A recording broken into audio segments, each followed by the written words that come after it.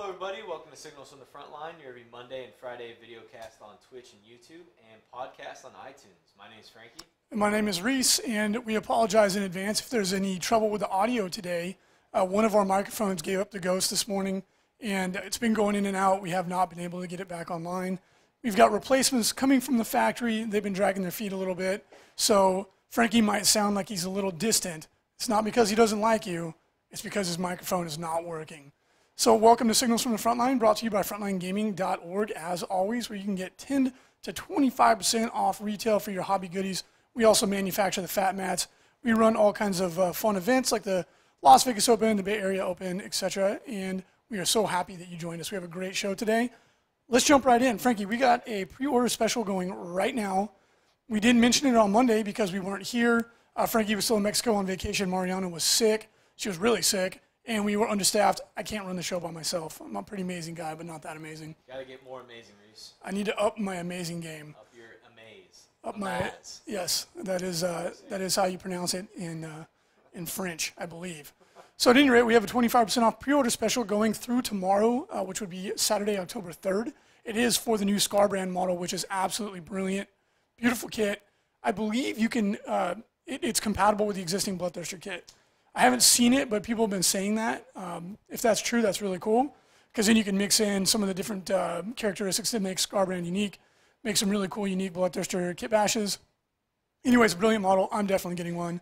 Frankie, you were saying you think it might be your favorite Games Workshop model to date. Yeah, I think it looks amazing. I mean, he's got a big goatee going on. I like the goatee. He looks sick. It is a really, really amazing model. I think GW hit it out of the park on this one. Yeah. It reminds me of Anthrax, how the giant goatee that I think it was the bassist or the lead guitarist used to have, which is fitting for a Scar brand. Too bad his rules are not as impressive as the model, so that's okay. I think almost everybody that gets it is going to be using him as a Bloodthirster. So check that out. Get your orders into orders at frontlinegaming.org. You have until tomorrow, Saturday, October 3rd, to get 25% off the new Scar brand. I'm definitely getting one. Can't wait. Up for pre-order, the new Warhammer video game, Vermintide, is up now, and it will be available for download October 23rd. The game looks really cool. It's a first-person, I guess, shooter/melee game where you can play one of four kind of iconic Warhammer fantasy characters. There's an elf, a dwarf, wizard, and an inquisitor. Yeah. And you go around beating the crap out of ratmen. The gameplay actually looks really cool. It does. It looks really, really good. Like, each of the different characters they behave quite differently. Like the Inquisitor has a big warhammer, and he has like a pistol. Yeah. The elf has like knives, and he's got a bow. The wizard is a bright wizard. He's a flame wizard. Really cool. Very bright. Yeah. I think the game looks pretty fun. Definitely check it out if that is something that interests you. Yeah, it looks really cool. Do you know what consoles it's coming out for, or is it I just don't. coming out for computer? I actually do not, but you can go check it out. It's called Vermintide. So we've got an Age of Sigmar League starting up at the Frontline Gaming Martinez shop up in Northern California. Be sure to pop in and check it out if you're local to the area, you're interested in playing Age of Sigmar. There's a really good group, a really good community of people playing the game there every Friday night. And they've got a league going that's going to run through the rest of the calendar year, through December. So check it out. They've got a couple rules they put up on the frontlinegaming.org homepage about rules alterations that they're making for their local community that they think are going to enhance the game. Yeah. You pretty much have to do this with Age of Sigmar. I'm thinking more and more that Games Workshop presented this as a starting point, and they're going to do whatever you're going to want to do. What you want to do. Yeah, I mean, you and I were talking like a little while ago, and it's a lot like 40K. You know, they kind of release the rules, and it's kind of more like guidelines. You know, you don't have to follow it. You can do what you want, and they give you complete freedom. And I think Age of Sigmar is more of that. It's even like, more. I mean, it has 2 pages of rules. 4. Or 4, sorry, my bad. But yeah, 4 pages of rules. I guess it's 2 double-sided pages. So there you go. Saving trees, bro. Yeah. But no, I mean, I really dig it for how simple it is. Like, I think it's going to engage a lot of new people into the hobby and, like, encourage them to play because it's so easy. The models are a little pricey, so that's going to be a sticking point, I'm sure. But the rules themselves are very easy. I mean, I could teach Mariana how to play tomorrow if I really wanted to. She actually bought Age of Sigmar, if I remember correctly. Or no, she got the Assassin game. The Assassin game. Yeah, my bad. So yeah, I think it's neat to see how it's been catching on. I know there's a group in Sacramento, and we've been hearing about groups popping up all around the country and the world of people that are really enjoying it, especially kids, especially people that are not hardcore. Like 40K is the most complicated game out there in terms of the rules. Age of Sigmar is the opposite of that. So I think it appeals to people who are just like, wow, this is a little bit overwhelming. The models are brilliant. I like the setting. I think it's cool. It's very young. It's got a lot of developing that's going to occur, but I do enjoy it. I do like the over-the-top high fantasy. So definitely go in, check it out if you are interested in joining an Age of Sigmar league. Everyone there is really, really friendly, very interested in getting new people in, and I guess they've been getting a good amount of people coming in every Friday consistently to play. And they've been making some, they've been making some modifications to the rules that we've been seeing pretty consistently everywhere. Like, you can't, a summon unit cannot summon another summon unit. So you just can't have like Russian dolls where it's like, and summon 80 new units. Just some pretty reasonable alterations like that. One of the changes that they made that I know I like, and that you would like too, is that you roll for initiative once at the beginning of the game and just keep it. There we go. I think that's great. I don't like it when someone goes and then they get to go again. Even though it charges in the way that the game works, charging, you declare the charges, but then you alternate picking which fight goes. Yeah. And then one of the other rules changes that they made is that you can't shoot into or out of combat, which I think is very sensible. I think that's great. Yeah. So at any rate, check it out if you're interested and get in there and play some Age of Sigmar. Forge World shows off some new goodies. They've got a Volkite Culverin new gun arm for the Contemptor Dreadnoughts, as well as an Apocalypse missile launcher for the Warlord Titan. So when he shoots these missiles, is it the Apocalypse? So you can only shoot it once, ever. Or it summons Apocalypse, the Marvel superhero? Yeah. They don't really do crossovers in the Games Workshop universe. This isn't DC and Marvel. Darn. So I guess, this is a one-time thing. You pay £100 for these missiles, shoot it once, and then you can never play 40K again because you've ended the world. Maybe your guy just blows up. He just explodes. Titan explodes as soon as you shoot it. When the Warlord Titan explodes in the game, it kills almost everything on the table. The whole table gets hit by a nuke, D hits. D6. Yeah. D hits. The Warlord Titan is so bonkers. Now, since Jeff has a Warlord Titan, do you think he's going to buy these missiles? I would imagine so. He's a bit of a completionist. Why would you not? He gets every model. He only plays 2 factions, but the factions he plays, he has literally every model. Yeah. I'm pretty sure as Tyranids, he has every single model that you can get. I think so. And then the Volkite Culverin, very cool looking weapon. It is a 30K weapon. Is not 40K approved at this time, to my knowledge, but it looks very cool. Good to see it. We also have some new releases from Toughest Girls in the Galaxy. You guys know we love this model range. And they put up a picture of one new model and then a unit that they have had for a while, but they've just showed it as a complete unit. The single model is the Expiatrix, I believe is the way you pronounce that. She is rocking it. Very cool. You know what this reminds me of? Did you ever play Soul Calibur? I didn't, no. Soul Calibur is a great fighting game, but there was like a guy in it, his name was like Voldor or something like that. But he had like a leather gimp suit and claws. She is like a female version. I know, right? Like I was like, man, that guy looks just like it. It's very like dark and kind of like weirdly sexual, kind of in like a Pinhead. Yeah. Nope. Help me out. I don't know. What Clive Barker. Classic horror. I can't remember the name of the movie, even though it'll come to me as soon as we stop talking about it. But really good. Toughest Girls in the Galaxy are brilliant. We will eventually carry this range. To be quite frank, it's been hard to tell what's available for wholesale. That's been one of the biggest issues that we've been bumping up against. And then the other unit available that they're showing off is the Jetpack Girls. Really, really cool. It reminds me of the Rocketeer. Yeah. But female. Yep. And they have these classic kind of Pulp Fiction poses, two arms forward flying through the air. Really cool. Toughest Girls in the Galaxy, to me, remains one of the most interesting miniatures lines out there for science fiction miniatures. Really dig what they've done. Eventually, we will be selling them in our web cart. It's just been, they're a small company, and they've had a lot of success with it. I think they've been struggling to keep up with the demand. I think the movie you were talking about was Hellraiser. Hellraiser, that's it. It happens to me all the time. Where it's on the tip of my tongue. Pinhead. Clive Barker is the guy who created it. I could have probably told you some of the actors in it, but I couldn't remember the damn movie. I remember the Hellraiser was it's so dark and disturbing and horrible, but I love it. Until the last one when it goes into space. Whenever they take a horror franchise into space, it's gone to shit. Except for Jason in space. What was it, Jason X? Leprechaun in space was... There was a leprechaun in space? Oh my god, I need to watch this. That's like the last like gasp of a dying franchise is when they go into space. Like, well, unless it starts in space, it should not end in space, right? Like, it just give me a break. Although speaking of space franchises, which I am beyond excited about, Neil Blomkamp doing a sequel to Aliens. Oh my God, it's gonna be so good. Sergeant Harker, right? No, it's great. I'm just drawing blanks left and right. It's Harker. No, it's not. Wait, what is Harker? Hicks. Hicks. Hicks. What is Harker? They're bringing back Newt, Michael Biehn as Hicks, Bishop. Newt's gonna be tough because she was a child, right? Like they're gonna have to have a different actress. Ripley is back. We're bringing back Ripley, huh? Well, because let's be real. Alien is Jaws in space. It's a brilliant horror movie. Yes. Aliens is one of the most kick-ass sci-fi action movies of all time. It's a lot like Predator. Alien 3 and 4, Resurrection, crap. Let's just pretend like that didn't happen. That's exactly what he said he's going to do. Yeah, that's what he was like. Okay, we're going to start off after Aliens and continue that story, which every fan of AVP is just like ecstatic because Neil Blomkamp does really good work. Hopefully they'll finally make a good AVP too, because it should be amazing. Have been terrible. They've been garbage.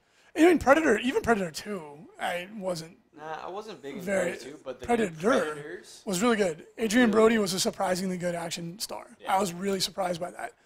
At any rate, enough movies. We love movies. So, Puppets War unveils a new Halloween-themed mini, the Grim Reaper, as well as some new 28mm heads for sci-fi troopers called the Colonial Troopers. I dig it. The Grim Reaper is like a Necron Grim Reaper. I think from his face, he looks like he's kind of a sci-fi model. The Colonial Troopers, they're like Boer War era British troopers in space. They've got pith helmets and kind of sci-fi gas masks. I really like them. I like their guns. Their guns look sick. Well, the bodies are generic. Puppets War makes a generic series of 28mm sci-fi trooper models, and then they make alternate heads. So the heads you can use on anything. You can put those on Cadians, and they look really cool. Don't be too excited about this. I'm super excited about those. The body, though, they have modular system, right? You can switch out the arms and such. Really cool. If you guys are looking for great heads and affordable heads, Pig Iron. Remember Pig Iron? The jokes that just came into my mind right now, I can't really say them because this is a family-friendly. Like good heads. Call Frankie. Pig Iron. Pig Iron makes really good, really great head swaps. For, yeah. Cadians and stuff like that, and super affordable. They actually make entire science fiction models that are really good. Really? Really good. Oh, dude, they have a whole range of like cyborg guys, power armored guys, Steam Knight, Black Ops guys. Like, you can make some really, really cool alternative models. I just mixed up Anvil Industries and Pig Iron. Pig Iron does make whole models. Anvil Industries also does, both British companies. But check them out. They both have really cool stuff. They have great head swaps, too. There's a new board game on Kickstarter that's going absolutely red hot. This is the most popular board game we've seen in a while.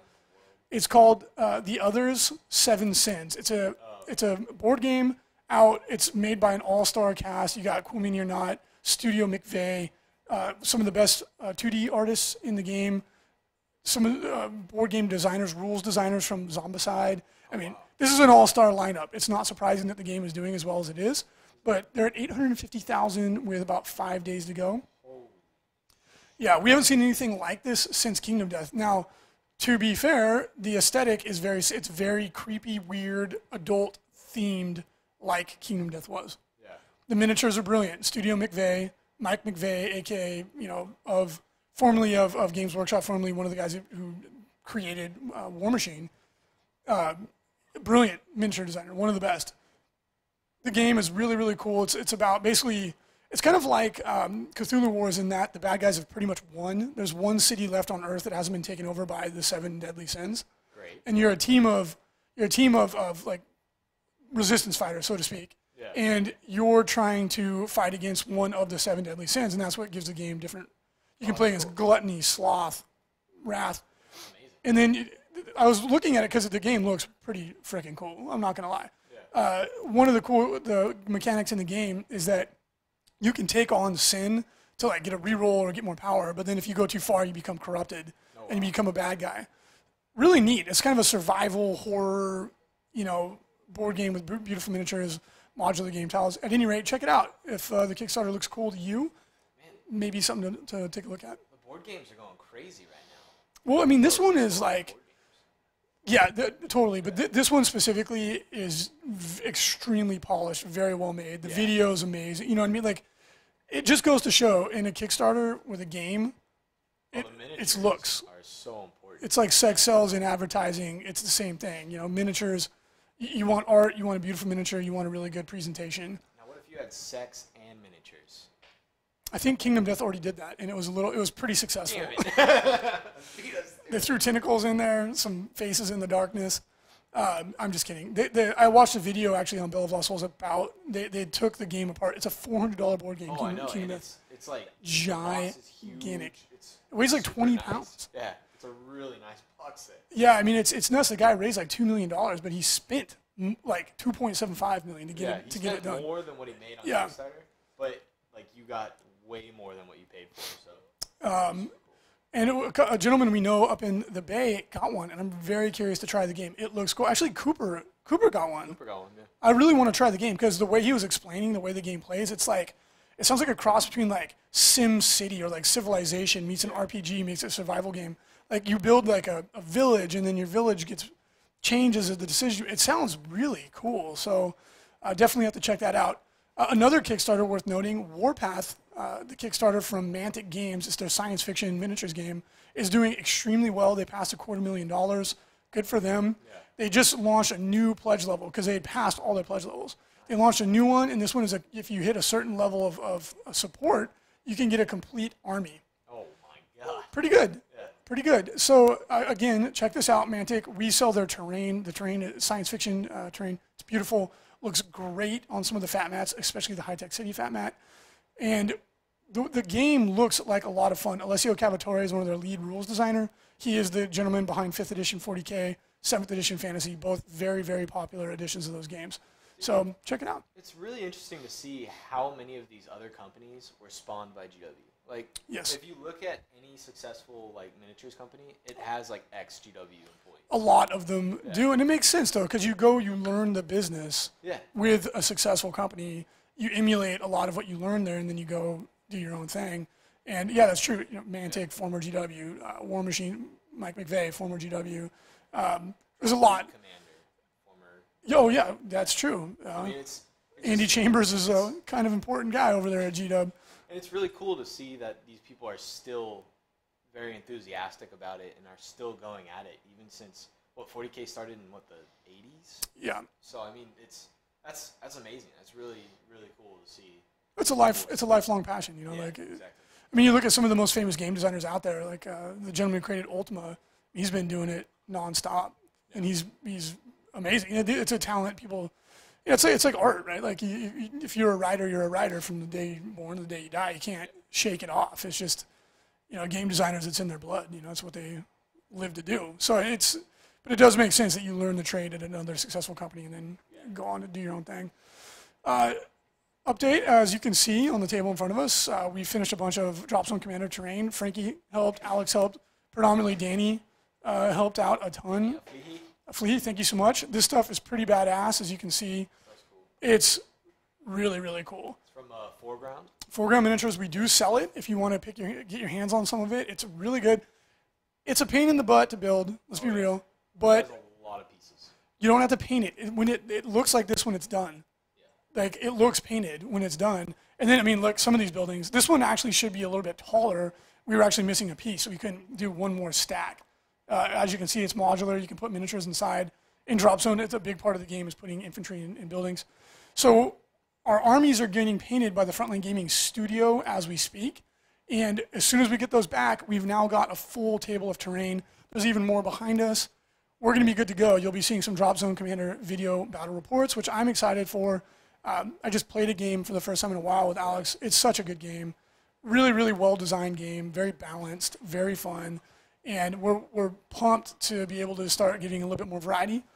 We just got to get those models painted, and that's the next step. So stay tuned for that. You'll get to see these very, very cool buildings on the Frontline Gaming Drop Zone Commander 4x4 foot fat mat. And we'll be playing soon. Heck yeah. Also, guys, be sure to get your orders in for the new fat mats. I don't know if you guys have seen the new images floating around, but they're pretty sweet. Yeah. My favorite is the industrial. It's my new favorite mat that we produce. Amazing. Yes, it is. Speechless. They're all great. We have 5 new mats. We've got the industrial 4x6. We've got the Alpine 3x3. We've also got the ship interior 4x4 and 4x6, as well as Alien Invasion 4x6. My favorite mat still is Barren Wasteland, just for strictly for aesthetics, but out of the new ones, I really love industrial. They're all great, though. We're not trying to say any of them are not. I just like to be always forthright about our opinions about what we like and don't like. Yeah. Okay, coming up, be sure to join us for the Tuesday night fight. It is our live video battle reports on Twitch. We do it every Tuesday night at 7 p.m. Pacific Standard Time. Be sure to join us. Next week, we're going to have a really good battle for you guys. Very exciting. Frankie is going to be playing his nasty White Scars Battle Company that he's been kicking people's butts with. I'm going to be putting an Eldar army on the table. This is going to be 2 really powerful armies. Check it out. It's going to be a lot of fun. Going to be tournament-oriented, and we can't wait to show you guys this battle. It's going to be a ton of fun.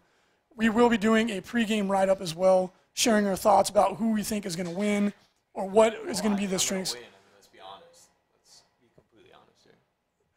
The world's greatest.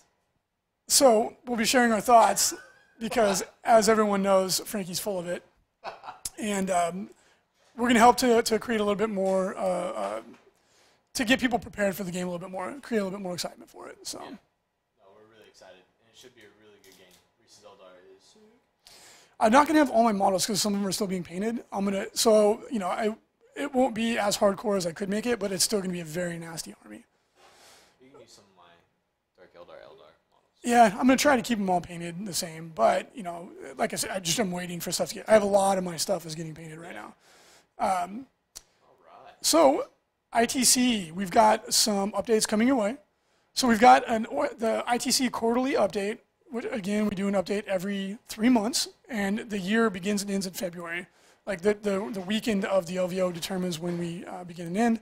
So coming up next week, we're going to have the poll up for any fine-tuning to the season rules. So we've had a bunch of stuff coming in, a bunch of rules questions coming in via the ITC rules questionnaire submission form. You can also put in like ideas for the ITC or critiques or whatever. Like it doesn't have to just be a rules question or comment. So some of the questions that have been coming up a lot lately, we're going to go over so people can get prepared. Make sure to go in and submit any questions or rules questions or comments or things you'd like to see for the ITC into that questionnaire, because we go off of that to determine what we're going to look at, and a lot of it's volume, right? Don't spam it. I can tell if you spam it, even if you don't put your email address in there. And like one guy put in like 5 times, come the apocalypse back. And I'm like, dude, I can tell it was you all 5 times. Like, come on, just submit once, unless you're submitting different issues. Then feel free. Please don't spam it. It's just annoying. So some of the questions have been coming up a lot lately. This one I think is going to be the most controversial, and it is, do non-Codex Space Marine chapters count as having chapter tactics for the purposes of losing the benefits of mixing chapter tactics? So what the hell does that mean? The Space Marine Codex says if you have a unit that has more than one chapter tactic in it, you don't get the benefit of either. Yep. And it's supposed to, the intent, as we understand it, as we believe it to be, I think quite clearly, is to stop overlapping rules from coming into play. Now, there's, whether you want to see it as a loophole, an oversight, or intentionally done this way, doesn't really matter. There's Space Marine chapters such as Space Wolves, Blood Angels, and Dark Angels that don't technically have chapter tactics, but they have rules that are pretty much the exact same thing. For example, Dark Angels have Stubborn, they overwatch at a higher ballistic skill. Blood Angels have Furious Charge. Space Wolves have Acute Senses, Counterattack. So a lot of people have been asking, should we treat these guys as having chapter tactics for the purpose of that rule, meaning that if you mix them with Space Marine units or with each other, they don't gain their mutual benefits, they don't stack. By raw, clearly it does work, right? Clearly it does work. Right, exactly. So this is going to be the most controversial. It would also take the most work to phrase this question correctly, because you'd have to go in and define what counted as chapter tactics for each one of these factions. But a lot of people have been asking this, and we want to be fair, so we will present it. Make sure that you guys let us know how you feel about this, right? The next one has been coming up a lot lately. It's been actually been coming up for a while, but specifically now.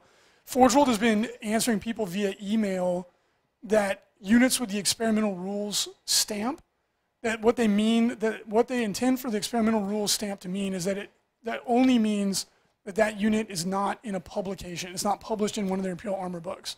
And that they do intend for them to be used in tournaments, in organized play, etc. And that they want everyone to treat that exactly as a unit published in one of their books. Yeah. Traditionally, we have not allowed experimental rules, largely because in the past, the rules would get changed. They don't really do that anymore. So we don't use ForgeWorld customer service emails as, like an FAQ because we can't. Like, people could go in and change what it says. The same customer service agent could give a different answer to different people. You can't use it as sacrosanct, so to speak. However, this has been a consistent response from ForgeWorld, and Frankie and I actually think it'd be good for the game, because what does this mean in terms of how it impacts people that play in the ITC? For one, you'd be able to use stuff like Chaos Knights, which I think would be the most popular thing. Let them have it. Like, otherwise, who knows how long they're going to have to wait till that gets published in a book, right? They just released 2 Chaos Imperial Armor books. They're not going to be releasing another one for a while, I wouldn't think. What about the Tau suits? They've been lingering in limbo for years, right? It's been like 2 years, 3 years at least. Yeah, for the Ravarna, the Hazard suits. It'd be really cool to let, especially now that the Tau Codex is about to drop, we think, rumors indicate, it'd be really neat that they'd be able to get all this new stuff at the same time, right? Yeah, and the ForgeWorld Tau suits are very good, but it's not what it was when they first came out. They toned some of the rules down. And then, of course, there'd be things like the Deredeo Dread. I think it'd be a positive thing. All the things that are experimental right now are fair. I think the Xiphon Interceptor, the flyer, is experimental. I think it'd be really good to go this route. ForgeWorld intends for us to go this route. But again, we'll put it to a vote, see what everybody says. I think it's positive. I'm going to vote yes. Let the experimental rules in. Let the Tau players finally get their suits they've been waiting for forever. Let Chaos players get their Chaos Knights. These things are bitching. And I think the Chitin would be in too, because that is experimental. The one with the, it's the corn mower top with the new ForgeWorld legs. Yeah. Cool. And I want to use my Deredeo Dread selfishly. I'm not going to lie. That guy has just been sitting on my shelf staring at me going, play me. So that's another question that we want to present to the community. I think that it's the right way to go. We'll see how everybody else feels. Lastly, the big one, obviously, the new Tau Super Heavy Lord of War, rumored Lord of War, the Storm Surge. We've been seeing this one out. We may have to postpone the implementation of this until after the book drops. But we've all been seeing the rumored rules on this. This is the first time we had this is the second time we've had a Lord of War that can be taken as a unit. You can take a unit of Imperial Knights, 3 Knights in 1 unit, but they've already had an exception to the Lord of War rule, allowing them to take more than 1 super heavy or gargantuan creature in Lord of War, because otherwise you wouldn't be able to take an army of knights, and we'd invalidate an entire faction from the game. We didn't want to do that. The Storm Surge is the next time that this has occurred, and currently you can only take a single gargantuan creature or super heavy Lord of War in the ITC. Should we make an exception for the Storm Surge, we would have to put a caveat on this because of the timing, if this unit exists as we believe it to. Yeah.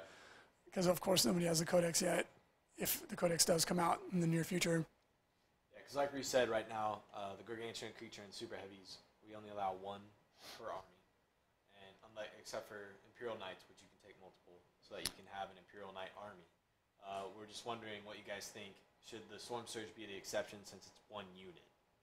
Yeah, should we basically treat it as 1 Lord of War choice, even though you would take more than 1 super heavy in the unit? And just for those of you who don't know, the rumor is that you can take from 1 to 3 in a unit. I honestly don't even know if it'd be that good, really. I guess, you could have multiple Lords of War, and they could shoot every gun at a different target because they're gargantuan creatures. They can shoot each weapon at a different target. And the rumor rules for the Storm Surge is that if it plants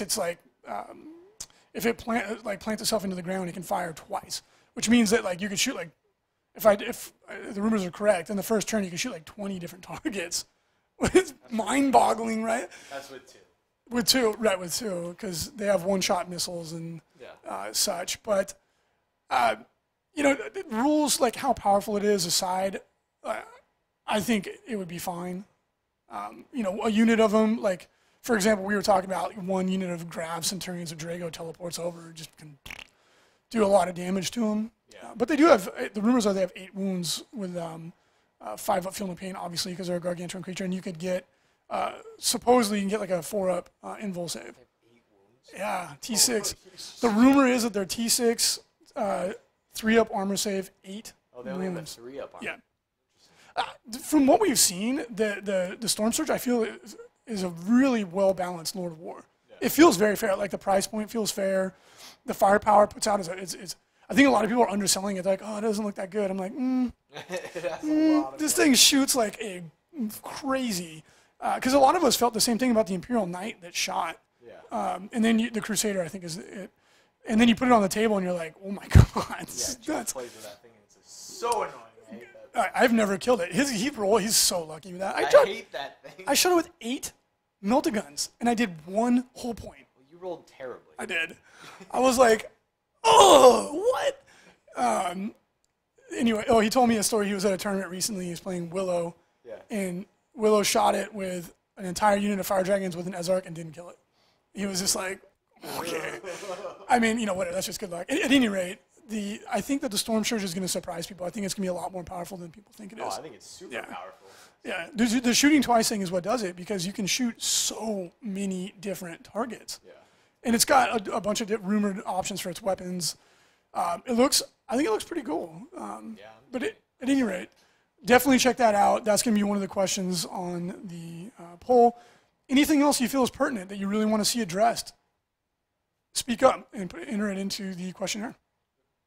All right, upcoming ITC events. These are all coming up this weekend. We have a ton coming up this weekend. Redstone Rumble in Huntsville, Alabama. Line Breakers, not for the Frightful ITC event in Victorville, California. ITC Halloween Smash 40K tournament in Bremerton, Washington. Council of 5 Nations GT in what in the world is that? Shinnick-Tatty. Shinnick-Tatty. That is an awesome, awesome name. New York City. No Mercy GT, Great Escape Games, Sacramento, California. Dragonfall 40K GT, Marriott, Naperville, Illinois. I like it. And 1850 ITC 40K tournament, Dragon's Lair, Austin, Texas. Right on. And that's actually just New York State, not New York City. Yeah. Nope, it's all good. Okay, we've got some rumors coming up, and the rumor section is gathered from the web and is not in any way information we receive from any manufacturer, nor is it necessarily accurate. This section of the podcast is intended for entertainment purposes only. Rumors of the new Tau terrain on the horizon, pretty cool. People are seeing. That would be sick. We've been waiting for Xenos terrain forever. Just more terrain. GW terrain is awesome. It's so good. And if they can make it for Age of Sigmar, they can make it for some of the Xenos, all right? So people are saying that they've seen that you can see Tau terrain in the background of some of the pictures that have been floating around the web of the rumored new Tau. Pretty cool. I would love to see this. Eldar terrain, Tau terrain, Tyranid terrain. Do it. Bring it. Give it to us. Yeah. We would eat that stuff up. That'd be great to have. So if that's true, awesome. I'm stoked. I would love to see that on the table. Again, we had some Tau terrain made by other companies like Micro Art Studios that we put on the High-Tech City mat at the Las Vegas Open. It looked so sick. You look just like a Tau city like you would imagine. It was really cool. And again, thank you to Israel Sanchez for painting it. That probably helped. Yeah. He's kind of a good painter. Yeah. There's some more rumors floating around of a new Synapse rule for Tyranids that is supposedly, it sounds great. So there's a lot of rumors floating around about this rule. Like, is it real? Was it photoshopped? We don't know. There is a rumor that the new Gene Colt mini deck's coming out for Gene Stealer Colts, that it ties into this somehow. I don't know, where. We need more information. First of all, Gene Stealer Colt, we've been hearing that has been in the works since the beginning of 6th edition. Can't wait to see that if it's true. And coincidentally, this rule wouldn't affect them because they have their own Gene Stealer Patriarch, some like kind of mind control thing. I don't know, right? We're still working with very vague rumors at this point. The new Tyranid Synapse rule is rumored to be, I hope this is true because it sounds phenomenal, that every Tyranid creature within Synapse gets a 6-up Feel No Pain. Cool. Yep. Already. Although 6-up Feel No Pain, I feel like you're just rolling a lot of dice to little effect. But, hey, we'll take it. And you get Fearless. And that the Synapse creature itself gets a 5-up Feel No Pain and Eternal Warrior. That's going back to, I think, what was it, the 4th Ed Codex that you got? It was, 3rd or 4th, I can't remember. But you used to get Eternal Warrior with if you were a Synapse creature, and then a 5-up Feel No Pain. Like, everyone knows Tyranids struggle. They're a mono build codex. The only thing that works is Flyrant spam, and then, okay, what else do you take? A Barbed Pyrodual or a bunch of Molochs. That's pretty much all they got going for themselves. This would help a ton. Unfortunately, it means Flyrant spam would get even better. Okay, whatever. Good, insightful. I like it. Yep. I forgot what they're called. But it would make ground pounding Tyranids much more viable. Like Tervigons, Warriors. It would make making like a Trigon Prime worth looking at because now he has Eternal Warrior and a 5-up Feel No Pain. All right, it's worth that 30 extra points or whatever the hell it is.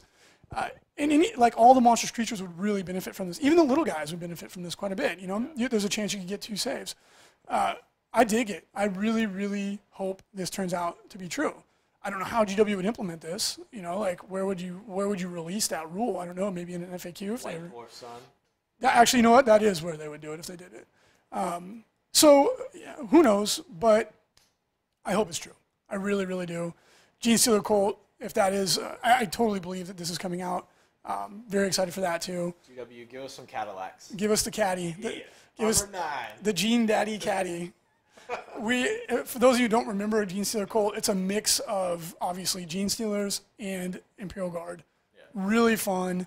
You got mutant guys with like arms coming out of their back and Gene Stealer hybrids, and the fluff behind it is really cool because Gene Stealers will come to a planet and they kind of like they're like preclude a Tyranid invasion, and they'll start creating the disrest and stuff like that. It's really, really neat. Can't wait to see that if that's true. Rumors for the new Tau Ghost Keel suit. This is a lot different than I thought it was going to be. I thought it was going to be an HQ suit, and the Ghost Keel is rumored to be one of the new plastic Tau suits that's coming out in addition to the Storm Surge, which is the Lord of War rumors indicate. Yeah. So the Ghost Keel is supposed to be a monstrous creature stealth suit. We thought it was going to be an HQ. It looks like it's an elite choice, and it's a monstrous creature. You can take it in units of 1 to 3. It's basically, it sounds like a buffed up stealth suit. Yeah. So the rumors are that it's Ballistic Skill 3, pretty standard for Tau, which doesn't make any sense because they all have like computer assisted targeting. I don't know why they're not higher ballistic skill, whatever. Supposedly it has 4 wounds, toughness 5. It's like a Demon Prince. 3-up save, and then it gets +2 to its cover save for attacks that originate more than 12 inches away. It comes with 2 stealth drones. As long as they're alive, it gets shrouded.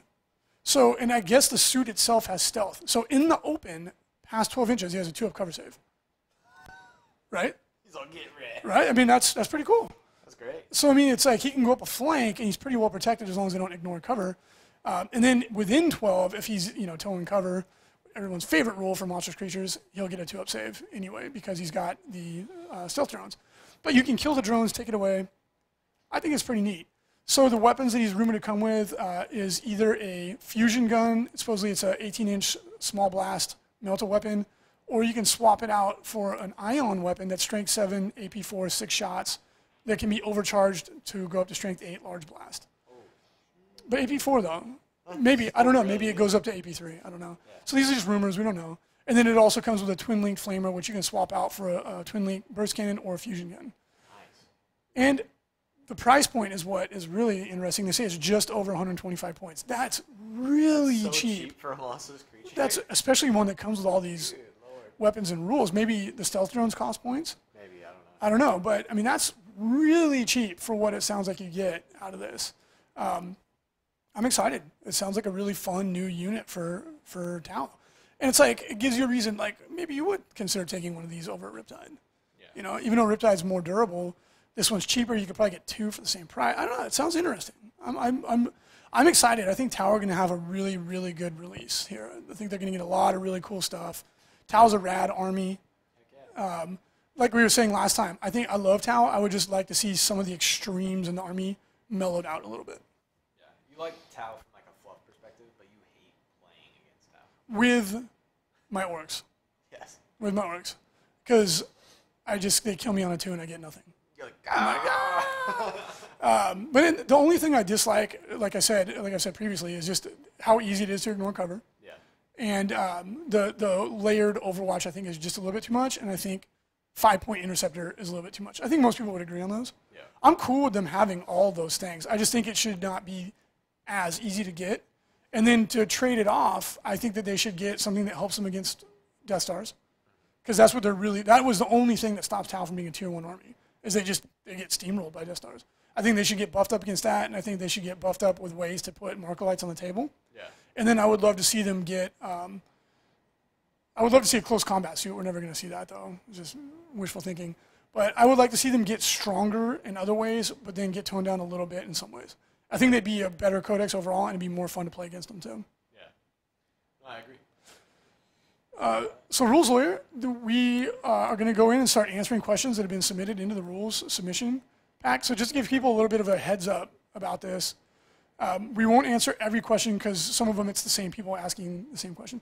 Some of the questions it's like it's just in the rule book, and not trying to be rude, but just like I used to get bogged down answering stuff that it's like just open your book. Yeah. Or like it's in the ITC, like just go read the FAQ, it's right there. It's not even obscure, just do your research before you ask the question. Exactly, is what I'm trying to say. Yeah. Some of these we are already addressed. We're going to hit these, but we'll just keep reiterating it. So Rules Lawyer, Trow asks, does a Vortex, and I think you mean Psychic Power, suffer from the range D nerf, or is it still unmodified D? Yeah, it's a range D weapon. It does use the modified ITC range D chart. Lindsay asks, do you measure vertical distance? Yes, you do. The only time that it's abstracted is unit coherency in a building, which you measure 6 inches up or down. But yeah, you do measure vertical distance. It's a fuzzy rule, right? Like, here, perfect example. And for those of you listening on iTunes, I'm using a building on our desk here. A jump infantry model would measure vertical distance to go over a building. Would measure horizontal distance, as long as you completely clear the thing you're going over. If you're trying to land on top of it, you would measure vertical distance. So if it was 13 inches off the ground, you wouldn't be able to jump up there. Weird, I know. Well, the reason that they go horizontal is they're basically just flying through the building. They ignore terrain when they move, but then if you're trying to go up and land on something, you do measure it. And then the big one that this comes into play with is jetpack infantry, because they can move 6 and then jump. Yeah. So people would like go use their 6-inch movement, I'm doing quotation marks here, to go on top of like a 9 or 10-inch tall building. And go, oh, and move 2 inches. Like, no, you moved 11 inches. You moved 2 inches up, 9 inches high, which would actually be, you'd have to use Pythagorean theorem to determine the exact distance. But you know what I'm saying. And then they would jump back. And of course, you can read the rule how you choose, but that is not correct. You do measure vertical distance with range for weapons and stuff too. You do. So, okay, we got a ton of questions about tank shock. Like, a ton of questions about tank shocking. So instead of trying to address them all here, because we'd have to use examples with models, we're just going to make a video how to tank shock in 7th edition. And we'll address all of these in the video, make it a lot easier. We got a lot of questions about infiltration. And basically, that boils down to this. If you have a model that infiltrates, yes, you must infiltrate. You can't deploy normally. You do everything in the infiltration phase of deployment. So if you want to reserve, you declare it then. Yes, you can come on from normal reserves, or you can outflank.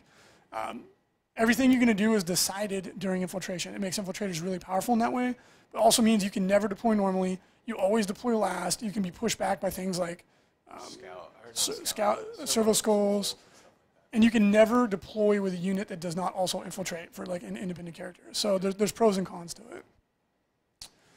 Another question that we got a lot, blast markers. Who is the target of the attack of a blast marker?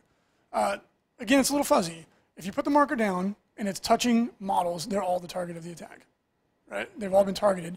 If it scatters onto somebody, they're not the target of the attack. And when that comes up is with Jink, usually. Another one was someone was like, well, if I target a unit, but it's also touching guys in combat, no, you can't. You can never hit guys that are in combat because you are targeting them. Yeah. Anything under the template, when you put it there before you roll a scatter die, is a target of the attack.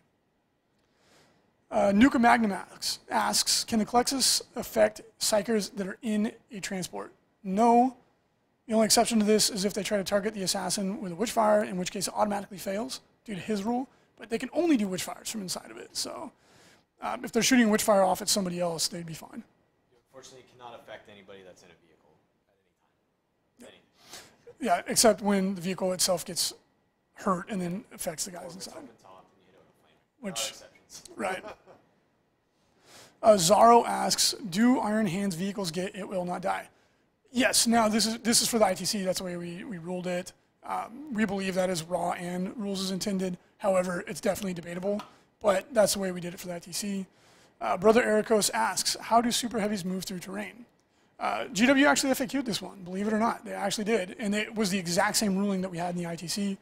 You roll 2d6, multiply the highest number by 2. That's how they move through terrain, and they assault using normal rules. Isn't it 3d6? Yeah, it's 3d6. 3d6. It's 3d6. Sorry. Yep. Is it? Yeah. Yeah, because they move through cover. You're right. We'll change that. Sorry. And then this is just for fun.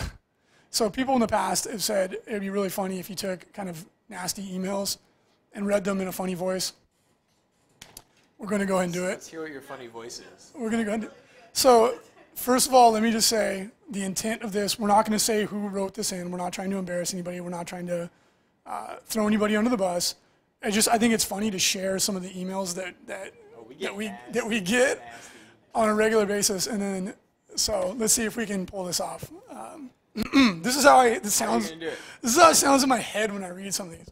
So this individual wrote in very upset about the way they thought that they were interpreting a ruling in the ITC. And this rule is, in the past, a lot of weapons said, it causes instant death on a 6. Yeah. But you still had to be able to wound someone, or it was debatable, right? So the way we ruled it is that you still need to be able to wound someone to cause instant death on a 6, because if you, like, the example we use specifically in the rule is a strength 4 weapon against a toughness 8 monstrous creature. You can't actually wound them, so therefore you would never even be able to get to roll the 6 on them, because it wouldn't matter. You wouldn't actually wound them. Right. But if you've noticed, like in a lot of the new units that have this, they say on a 6 they cause instant death regardless of the creature's toughness. Like Khan is the perfect example that most people would be familiar with. His old rule didn't get it. The new rule, they specified that it does work. Yep. So it's cool.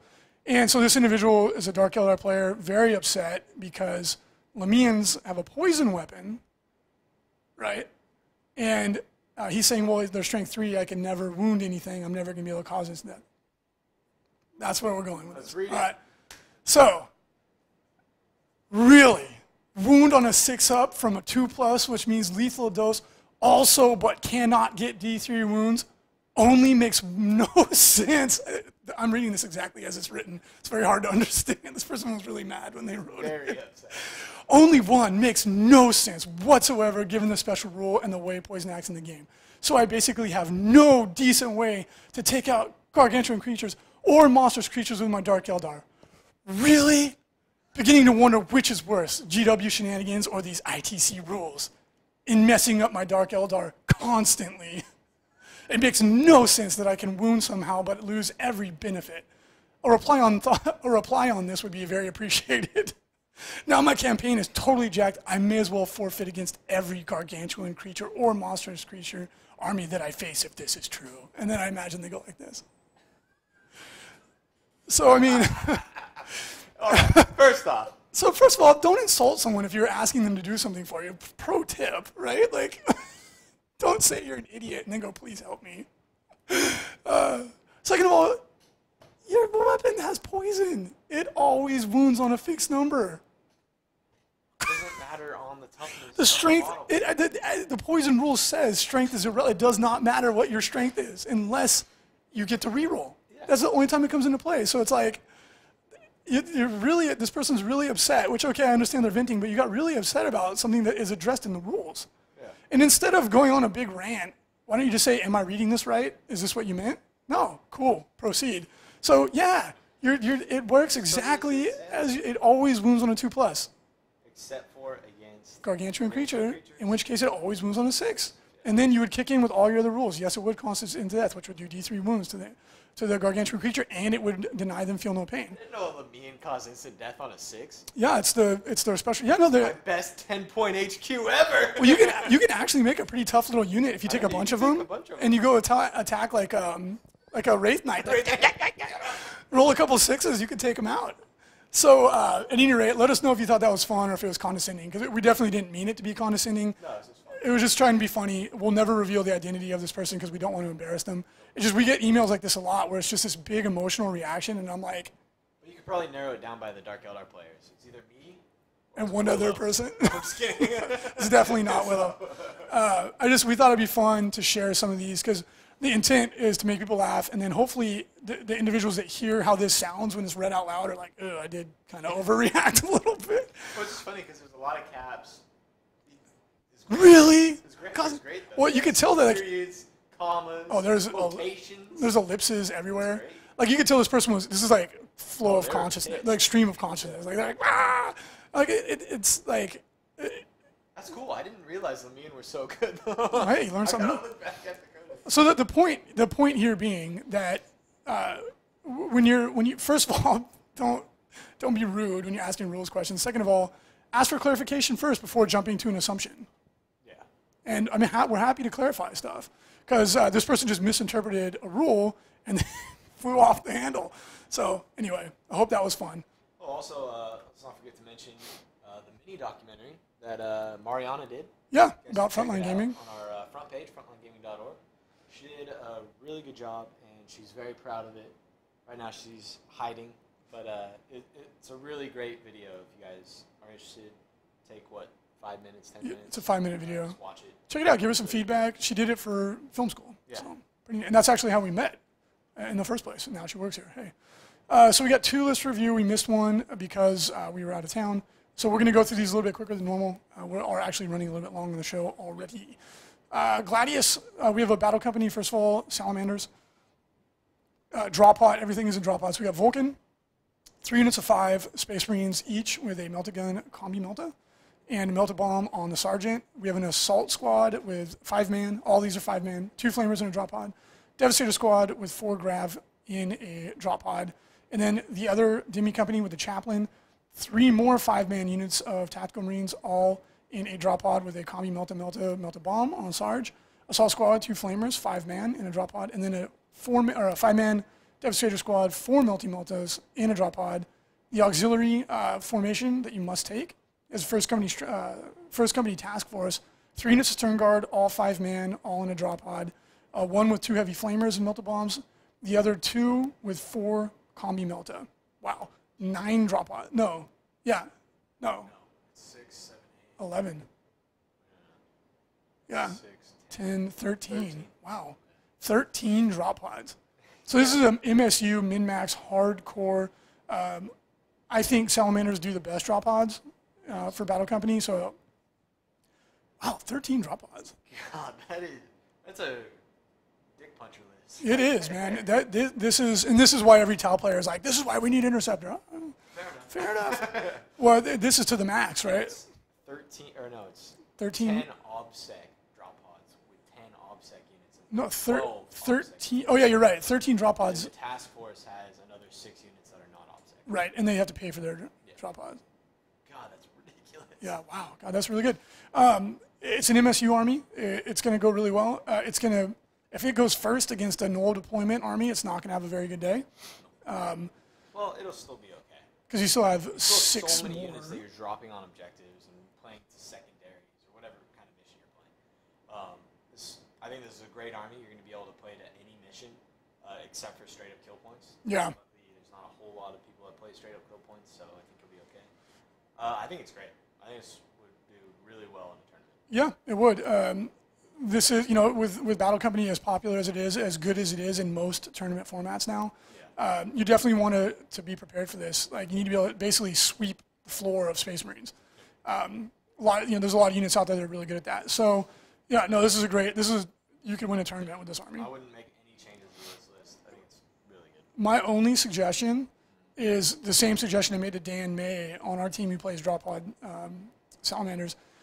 Salamanders, one of their chapter tactics is that any character can mastercraft one of their weapons for free. Yeah.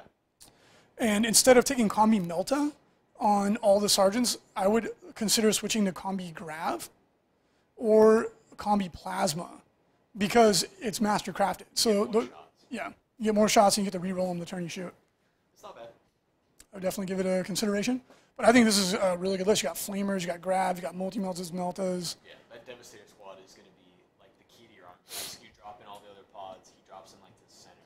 You protect him, and then he nukes whatever you nukes. You have 2 of them. Yeah. Yeah, really. He just has 1 grab unit. And then 1 with Multi-Meltas, yeah. Really, really good. Great list. You're going to do extremely well with that army. second list, NIDS 1850, and we've got Shield of Balls. It's the cup formation, the cup detachment. Shield the balls. We've got a Flyrant, standard kit, 3 of those. We've got 3 units of Tyrannid Warriors. That is interesting. Devourers and Scything Talons. We've got the Sky Tyrant Swarm. It's another Flyrant, but this one has the same. Oh, he has a Lash Whip and a Bone Sword in 1 unit, one Twin Link Devourer, and then The Sky Tyrant Swarm he's in the unit of Gargoyles. Yep, and that's why he's got a melee weapon on him. And he's got 20 Gargoyles with Fleshbore's Blinding Venom, and then he's got the Hypertoxic node, which another Flyrant, a Toxicrene, and 3 individual Venom Thropes. It's a really interesting list. I mean, it's Flyrant spam, but as a Tyranid player, I get it. You kind of have to do that. And I like that he has a close combat Flyrant. It mixed in with the Gargoyles. That's sick. That's a lot of fun. I might actually, I have 30 Gargoyles painted. I might actually steal that one. I think it's a great detachment, especially paired up with like Venom Thropes or Malanthropes. Right. I don't like Venom Thropes. They're way too easy to kill. Again, this is another example, like Smart Missile Tower, just like dead. Oh, cool. You have to take the Malanthrope. Malanthropes, it's so much better. Venom Thropes work though. As long as there's like terrain that you can hide behind and stuff, you still have a bubble. Well, things that ignore line of sight and stuff like that. Yeah. The Malanthrope is so much better. Yeah. It's ridiculous. It's so much better. I mean, that'd be my only critique. Would be to look at how much more expensive is he? He's not even that much more. He's less than 2 Venom Thropes, and he's more than twice as good. Yeah. Now he's taking a formation with the Toxicrene, which is really interesting. I've never seen the Toxicrene on the table. I like it. I just like the meme that someone made where he like fires his little thing, it scatters back, hits him, and kills him. Because this ignores cover, instant death, and he has shrouding to protect him. And then the meme is like the first one he shoots it, and then it scatters back, and he's upside down with like X's on his eyes. I was like, that's so funny. I like this list a lot. It's very different. I mean, it's okay. You've got the hardcore of 5 Flyrants, which you really cannot go wrong with. But then he's got some fun stuff in there to make it different. So I give this list 2 thumbs up. I like it for creativity. Yeah, I like it for the creativity, and I like it for the fact that it's still going to be pretty good on the table because you have 5 Flyrants. Yeah, the 5 Flyrants are going to be doing work. No, I like both really good lists this week. Very good. All right, anybody in the chat that would like to ask us some questions, please feel free to go ahead and shoot some questions our way. Always happy to hear from everybody. And those of you who are listening on iTunes, you can join us on chat over at our Twitch channel, and we're happy to interact with you. Oh, Goat Boy, you're at work, and you're trying to make it go faster with your mind and listening to signals. Cool. With my mind. Okay, I have Rabies asks a question about Orc ammo run. I know it's pretty funny. I actually don't have Rabies, but I could. Maybe that's why I act so erratically. So he's asking about ammo runs and their use with Orc Labas. So ammo runs let the model reroll 1 failed to hit. So yeah, it is. Each ammo run is basically attached to 1 gun. So that is the way that it works. It gets a little confusing. Sometimes if you just ask your opponent, do you mind if I just abstract it? They'll be like, cool. If it's like a really close game, maybe they won't because it does come into play. But usually I'm just like, hey, do you mind if I just use it to reroll the first failed shots? Most people are cool with that. The clincher, when firing a flame template, do you literally hold it touching the tip of the weapon? So does that mean a flamer may not be able to reach up high enough to hit a level of a building? They address it in the rulebook. It's in the rulebook, but so the only time you measure from the tip of a weapon ever is a vehicle. Yeah. Everything else is from the base. So it's even farther down. Yeah, and then with buildings, like Frankie said, it's in the book. Go ahead and look it up. But there's a certain amount of distance you can go up or down. In Control, Warlord will be in a video when it gets a suitable army to fight versus. Jeff, you got to play Ogre Battle, like not Ogre Battle, the RPG, Ogre, the old miniatures game, where it's like a whole army versus the Warlord. Okay. See if it can take it down. Novastar, Leprechaun in Space was awesome. Your taste in movies just instantly went to 0. I need to watch that movie. It sounds amazing. It's so bad that it's good. Yes. You know what I mean? Like, it's like Sharknado, but not intentionally. You know, it's awful. RG Markin, when you do change a squad into plague zombies via Typhus, does the champion still retain 2 attacks, or are they no longer considered a champion? I think he still does, yeah. Because all you do is change Yeah, They straight up just change the zombies and they drop their close combat And weapons. he still has the champion of Chaos rule, which is hilarious. He still gets the challenge. How does a zombie challenge? You're like, ew. You're like, what? And they some sergeant is like, that zombie just talked shit about my mama. Yeah. Stand back, boys. CW Dub trash bag match on Tuesday's live stream for extra salt. Sure. Sure, let's do it. Let's do just it. Get it out of the way. You've been asking for that for months. So. It'll be the trash bag battle. Fat JC's, what are the odds that belligerents will be taken out turn 1 at the tournament this weekend? 100%. Yeah. So Jason, aka Fat J Sleeves, he's got a famous Stormlord super heavy that he plays with his Astra Militarum. It used to be formerly Steven Seagal, hard to kill. I'm pretty bummed. The hardest to kill. The hardest, but now is I belligerents. think Jeff's Imperial Knight was upgraded to Steven Seagal. He currently holds the title because I've never killed it. Same with your stupid Wraith Knight, although I did finally slay him. Slay him, you jerk.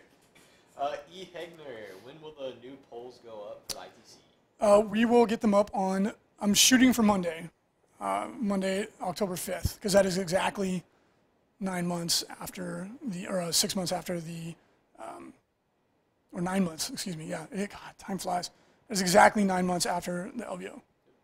Hot Sauce Man, my friend is using Nemesis Strike Force. How can he make it competitive? He is thinking Lias Isodon. That would help.